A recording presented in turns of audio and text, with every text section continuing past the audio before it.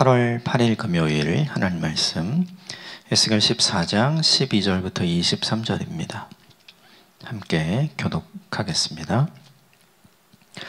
여호와의 말씀이 또 내게 임하여 이르시되 인자야 가령 어떤 나라가 불법을 행하여 내게 범죄함으로 내가 손을 그 위에 펴서 그 의지하는 양식을 끊어 기근을 내려 사람과 짐승을 그 나라에서 끊는다 하자. 비록 노아, 다니엘, 욥 이 세 사람이 거기 있을지라도 그들은 자기의 공의로 자기의 생명만 건지리라. 나 주 여호와의 말이니라. 가령 내가 사나운 짐승을 그 땅에 다니게 하여 그 땅을 황폐하게 하여 사람이 그 짐승 때문에 능히 다니지 못하게 한다 하자. 비록 이 세 사람이 거기 있을지라도 나의 삶을 두고 맹세하노니 그들도 자녀는 건지지 못하고 자기만 건지겠고 그 땅은 황폐하리라. 주 여호와의 말씀이니라. 가령 내가 칼이 그 땅에 임하게 하고 명령하기를 칼아 그 땅에 돌아다니라 하고 내가 사람과 짐승을 거기에서 끊는다 하자. 비록 이 세 사람이 거기에 있을지라도 나의 삶을 두고 맹세하노니 그들도 자녀는 건지지 못하고 자기만 건지리라. 나 주 여호와의 말이니라. 가령 내가 그 땅에 전염병을 내려 죽임으로 내 분노를 그 위에 쏟아 사람과 짐승을 거기에서 끊는다 하자. 비록 노아, 다니엘, 욥이 거기 있을지라도 나의 삶을 두고 맹세하노니 그들도 자녀는 건지지 못하고 자기의 공의로 자기의 생명만 건지리라. 주 여호와의 말씀이니라. 주 여호와께서 이같이 이르시되 내가 나의 네 가지 중한 벌 곧 칼과 기근과 사나운 짐승과 전염병을 예루살렘에 함께 내려 사람과 짐승을 그 중에서 끊으리니 그 해가 더욱 심하지 아니하겠느냐? 그러나 그 가운데 피하는 자가 남아있어 끌려 나오리니 곧 자녀들이라. 그들이 너희에게로 나아오리니 너희가 그 행동과 소행을 보면 내가 예루살렘에 내린 재앙 곧 그 내린 모든 일에 대하여 너희가 위로를 받을 것이라.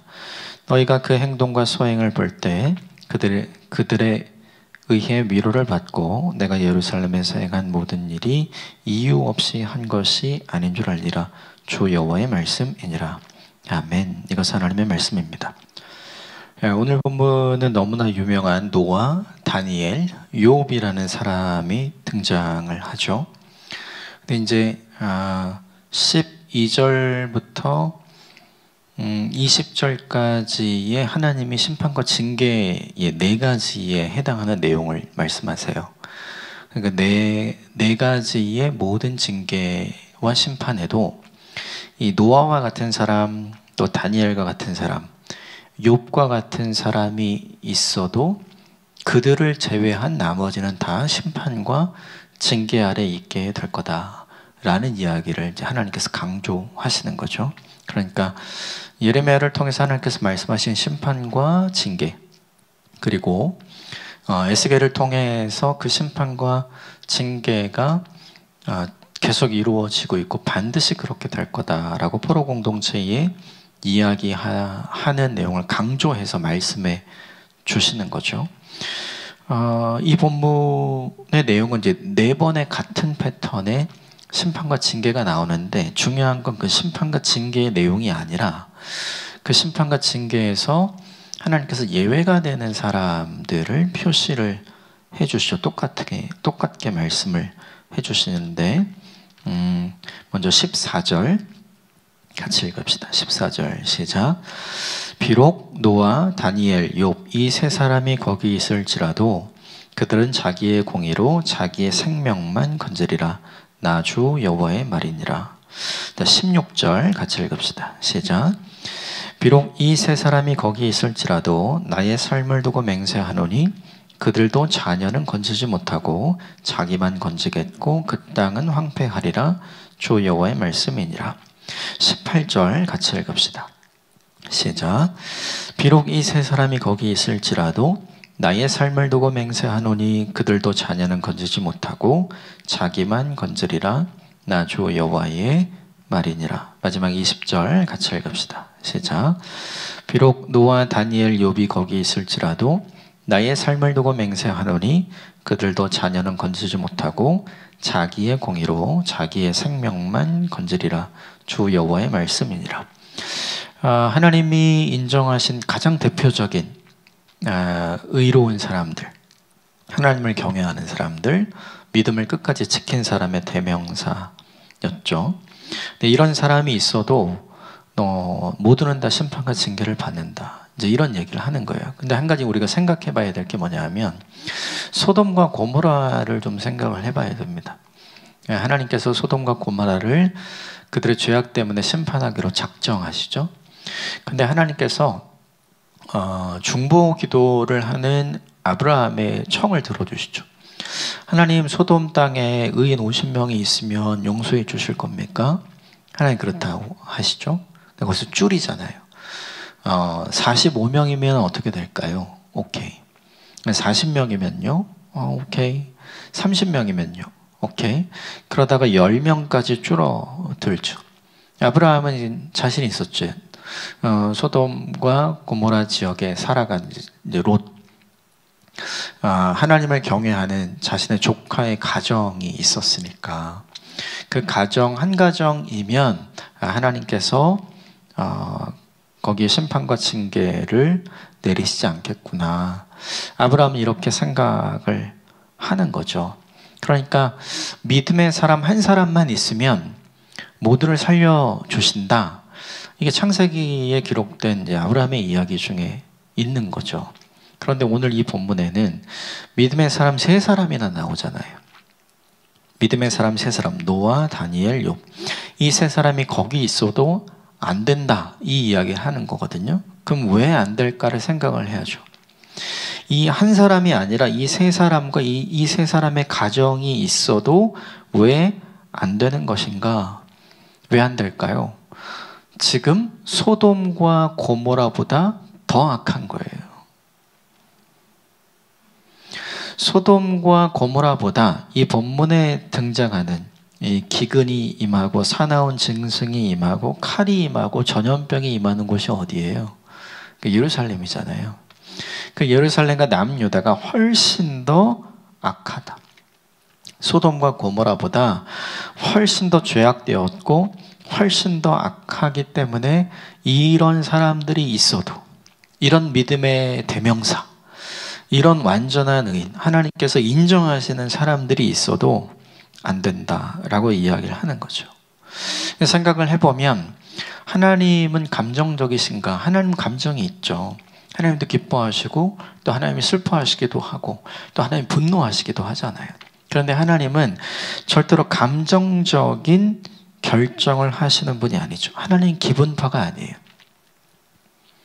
하나님은 남유다를 향해서 굉장히 오랫동안 참아주셨잖아요. 적어도 예레미야가 예언을 하기 시작한 지 35년이 지난 시점이잖아요.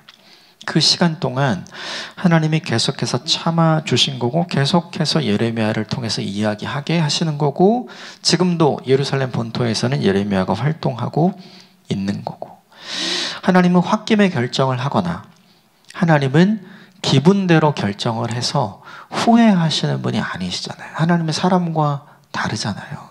그런데 이런 결정을 하신 건, 즉 4번이나 이런 이야기를 해주신 건 뭐냐 하면 내가 인정하고 내가 의롭다고 하고 내가 축복했던 노아와 다니엘과 욥 그리고 그의 가족들이 있어도 너희는 안 돼.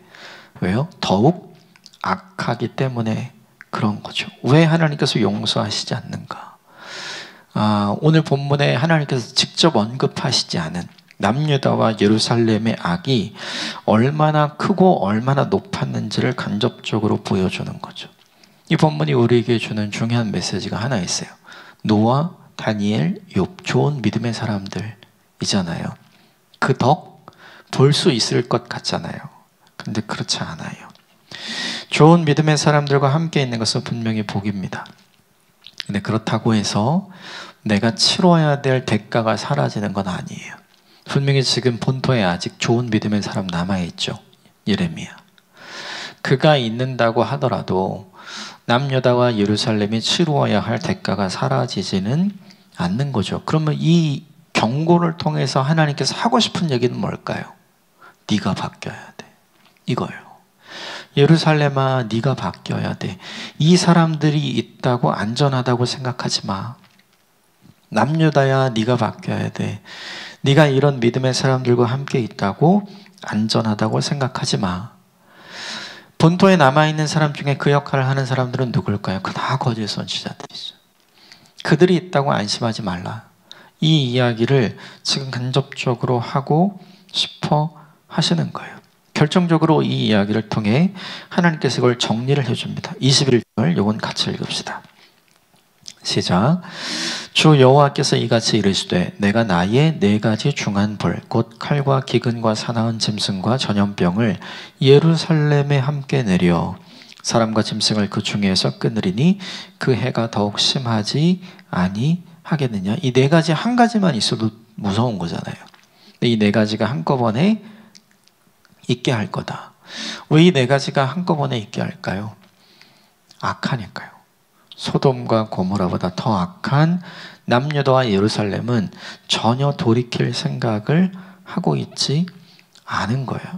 그래서 돌이키라고 깨달으라고 이 이야기를 해주시는 거죠. 그런데 오늘 본문에 그 중에 살아남은 사람들에 대한 이야기를 합니다.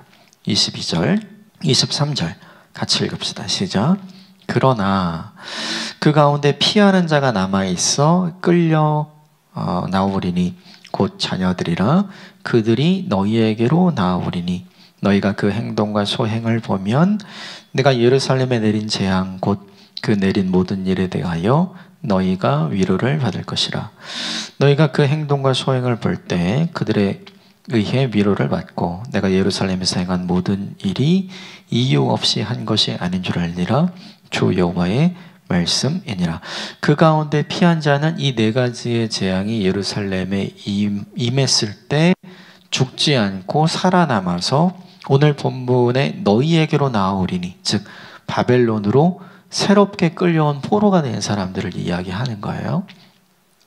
근데 그들을 보면 그 행동과 소행을 보면 그발강가에 있는 너희들아 너희들이 이해하게 될 거야. 하나님께서 예루살렘을 이렇게 4가지 재앙을 한꺼번에 임하게 해서 초토화시켜버린 것을 너희가 이해하게 될 거다. 이렇게 이야기하죠. 그리고 너희가 그들을 보면서 너희가 먼저 여기 온 걸 위로받게 될 거야. 이 말 무슨 뜻이냐 하면 하나님의 심판이 정당했다. 내가 이 새로 끌려온 사람들의 면모를 보니 하나님이 저 심판하는 게 맞다. 너희가 이렇게 생각하고 이렇게 깨닫게 될 거야 라는 이야기를 이 본문에 해준 거예요. 그럼 우리는 여기서 2가지를 생각해야 돼요. 첫 번째는 뭐냐 하면 이미 끌려온 사람들은 어떻게 생각하고 있었다는 거예요? 자기들이 포로로 끌려온 일이 이거 하나님이 잘못한 거야. 우린 잘못이 없어. 이거 하나님이 실수한 거야. 예루살렘에 남아있는 사람들은 도대체 뭐야? 왜 우리만 여기까지 온 거야? 끊임없이 사람들은 이 문제에 대해서, 이 현실에 대해서 원망과 불평을 가지고 있었어요. 그리고 불신을 가지고 있었어요. 하나님이 우리를 버린 거, 하나님이 우리를 여기서 완전히 끝내시려는 거 아니야? 예레미야의 말에 의하면 포로로 끌려왔다가 다시 회복돼서 돌아갈 거잖아요. 그러니까 이건 진노 중에 긍휼이 있는 시간인 거거든요. 그런데 사람들은 그렇게 생각하지 않았던 거죠. 그래서 한참 원망과 불평이 가득 차 있을 때였어요. 하나님이 너무하셨다 생각한 거죠. 근데 예루살렘이 초토화되고 이제 3차로 끌려오는 포로들의 모습을 보고 그들의 말을 들어보니 먼저 끌려온 사람들이 수긍하는 거예요. 저 사람들 보니까 하나님이 심판하고 징계하는 게 맞아. 그럼 이 말은 무슨 뜻일까요? 다 초토화되고 끌려왔음에도 불구하고 이 사람들이 어떤 모습을 갖고 있었다는 거예요? 남유다에서 예루살렘에서 가지고 있었던 그들의 말, 그들의 생각, 그들의 삶의 자세, 그들의 태도가 하나도 바뀌지 않은 채로 끌려온 거예요. 이렇게 두드려 맞으면, 이렇게 징계를 받고 이렇게 심판을 받으면 뭔가 깨닫게 되고 뭔가 돌이켜야 되는 게 인지상정 아닌가? 사람들도 그렇게 생각하는데 이 끌려온 사람들은 그렇지 않았던 거죠. 그래서 이 사람들과 이야기를 해보고 이 사람들의 삶의 모습을 보니까 하나님이 정당했어. 하나님이 이렇게 심판하는 게 맞아. 라고 먼저 끌려온 사람들이 깨닫고 그들의 생각을 바꾸게 될 거다. 이렇게 이 본문이 알려주는 거죠. 이 본문이 우리에게 보여주는 메시지가 있어요. 그게 뭐냐면 먼저 끌려온 사람들도 정신 못 차린 사람들이었어요. 하나님이 에스겔을 통해서 계속해서 본토에서는 예레미야를 통해 이야기하시고 끌려온 이 바벨론 그발강가에 있는 포로 공동체는 에스겔을 통해서 이야기하시는 이유가 있죠. 만약에 회개하고 돌이키고 깨달았다면 에스겔을 통해서 얘기할 필요가 없어요. 우리가 잘못했지. 하나님이 오르시지. 이렇게 생각을 했다면 에스겔을 통해서 이야기할 필요가 없는 거예요. 그런데 그들은 그렇게 생각하지 않았다는 거죠. 하나님은 이들을 바꾸기 위해서 이들보다 더한 사람들을 보내주시는 거예요. 그래서 그들을 보고 하나님이 옳았어. 우리가 잘못했어. 하나님의 심판은 정당했고 예레미야의 말은 맞았어. 그리고 에스겔 당신의 말도 맞았어요. 이렇게 인정하고 이렇게 회개하면서 자기 자신을 돌이키는 사람으로 만들고 싶었던 거죠. 여러분, 이게 되게 중요하죠. 누구나 다 상황을 해석하는 눈이 달라요. 근데 그 상황을 해석하는 눈은 전부 다 이기적입니다. 다 하나님 탓을 해요. 내 탓은 없어요. 다 남 탓합니다. 그런데 이 본문이 보여주는 건 뭐냐 하면 아까 노아, 다니엘, 욥 이 사람들이 있어도 안 된다. 너희는 더 악하다. 소돔과 고모라보다 더 악하다. 그러니까 누가 바뀌어야 된다는 거, 네가 바뀌어야 된다. 지금 요 얘기하는 거잖아요. 그 연장선상에서 그발강가에 있는 이 포로 공동체 사람들에게도 똑같이 얘기하는 거예요. 바로 네가 바뀌어야 돼. 네가 바뀌어야 될 사람. 우리는 끊임없이 두 가지가 바뀌어야 된다고 생각을 하는 것 같아요. 하나님이 바뀌셔야 돼. 그리고 저들이 바뀌어야 돼.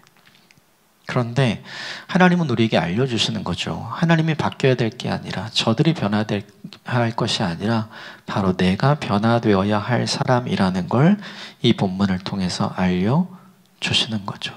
두 가지를 적용하면 좋겠어요. 우리는 우리가 생각하는 것보다 훨씬 더 악한 존재일 확률이 높죠. 오늘 본문에 있는 사람처럼. 소돔과 고모라는 의인 10명 있으면 용서해 주신다고 했잖아요. 그런데 오늘 본문에는 다니엘도 있고 욥도 있고 그리고 노아도 있는데 안 된대잖아요. 왜요? 더 악한 거죠. 남유다와 본토에 있는 예루살렘 사람들이 인정해야 됐어요. 자기들이 더 악하다는 걸 인정했어야 됐어요. 그런데 그걸 안 하고 있죠. 우리도 그런 것 같아요. 끊임없이 나 스스로를 상대적으로 좋게 평가하려는 생각이 우리에게 있는 거죠. 그걸 오늘 한번 점검해 봐야 돼요. 만약에 그걸 하지 않으면 우리는 항상 원망하고 불평하게 되죠. 하나님이 잘못했어. 저 사람이 잘못했어. 근데 하나님께서 우리에게 깨닫고 알려주시길 원하시는 건 무엇이냐면 하나님이 잘못된 게 아니고 그들이 잘못된 게 아니고 나는 네가 잘못했다는 걸 깨달았으면 좋겠어. 내가 원하는 건 그들의 변화가 아니라 너의 변화다. 오늘 하루 이것을 잘 생각하면서 우리에게 적용했으면 좋겠습니다. 변화되어야 할 존재는 그들이 아니라 바로 나구나. 하나님은 나의 변화를 원하시는구나. 그래서 오늘 본문에 있는 것처럼 깨닫게 하시는구나. 끊임없이 본문의 말씀을 나 자신에게 적용하는 오늘 하루가 되었으면 좋겠습니다. 함께 기도하겠습니다.